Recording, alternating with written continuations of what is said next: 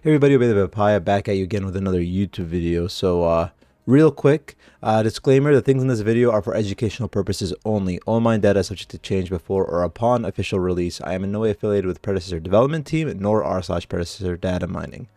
Alright, so let's get straight into it. So Terra update, unreleased hero kit. So we got an update on Terra's unreleased hero kit. I believe we got information before, but we're going to go over the updated. Late Owl Who, thank you a lot for doing this. We appreciate you a lot. Remember guys, Late Owl Who is the one who does all the predecessor data mining. So make sure you show some love and appreciation down in the comments. Let him know in the Reddit thread. I'll post that in the description. Thank you Late Owl Who for doing this stuff. So let's get straight into it. So overall health, mana, and regen, basic armor, ability armor, and movement speed and stuff.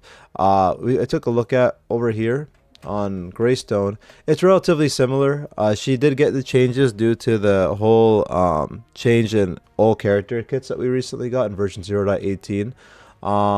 So there's not much of an overall difference in terms of that. Like she's pretty close to just the standard. Has a little bit more damage on Greystone. I think the armor ratings should be 26. Yeah, it's basically it's equivalent to a Greystone, so we're not going to really focus in on that or anything like that.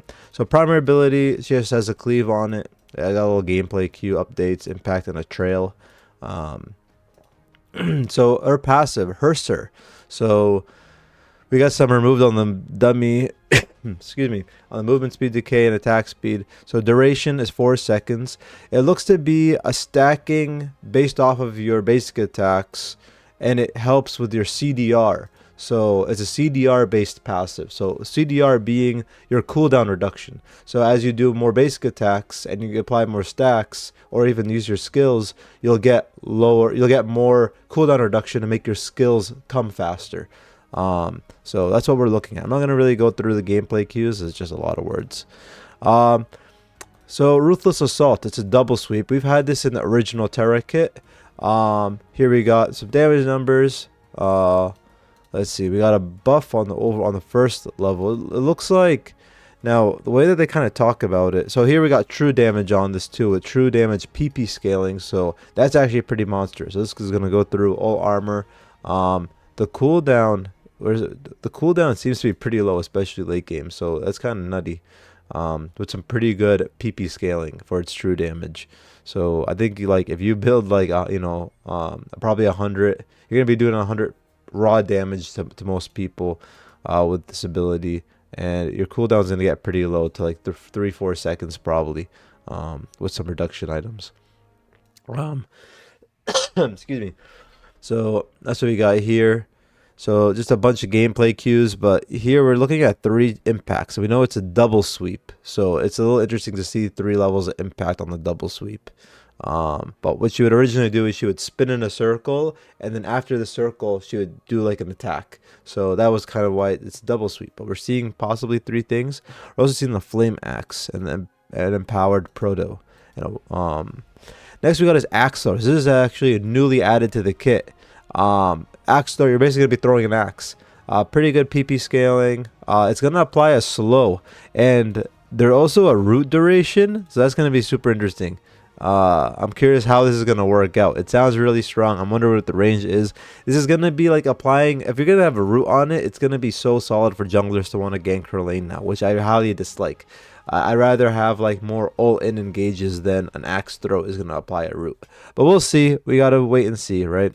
A lot of gameplay cues and updates over here. Looks like there's targeting though, which is something I'm concerned of. Is that a lock on? What does targeting mean here, man? Does it mean lock on? Please, I hope not. A lot of additional FXs that were added and changed and whatnot. Just impact on the world of the axe, how she looks and when she throws her axe and all that stuff. Her ultimate, Unstoppable Force. So her ultimate's pretty much unchanged from the original, except for she is getting physical armor and magical armor buffs on it. So Unstoppable Force allowed her to be CC immune. She is getting an increase on the duration though. It used to be 4 to 8 seconds based on level, 4 to 6 seconds based on level. Now it's 6 to 8 seconds based on level. But we're not seeing a health change. We're not seeing movement speed or attack range. We're just seeing physical armor and the multipliers going up. So she's just gonna be super tanky, and she's gonna just W key you. Granted, though, I do think a movement speed might be necessary, but I'm not too sure. She already has relatively fast movement speed, but not as fast as Grux. Grux being the fastest character in the game. Gameplay queue actives and FX, and then the casting and ending. Some footstep decals and all that good stuff here. Next skill we got is shield dash. So shield dash being the RMB. So do we have shield dash in the original one? I think it was changed. Yeah. So shield dash is, it looks like to be a combination, I believe, of the two skills that she used to have. So shield dash, we're looking at pretty good damage, pretty good PP scaling, max charge PP scaling. So this looks like you're gonna be able to charge this up. It's gonna cause you to slow down. But I don't know what the charge is. Is the charge as in like if you ever played League of Legends, if it's going to be like a Scion ult where you start slow and go faster, or is it going to be, you know, you just sit charge and then, or like a Galio E in League of Legends.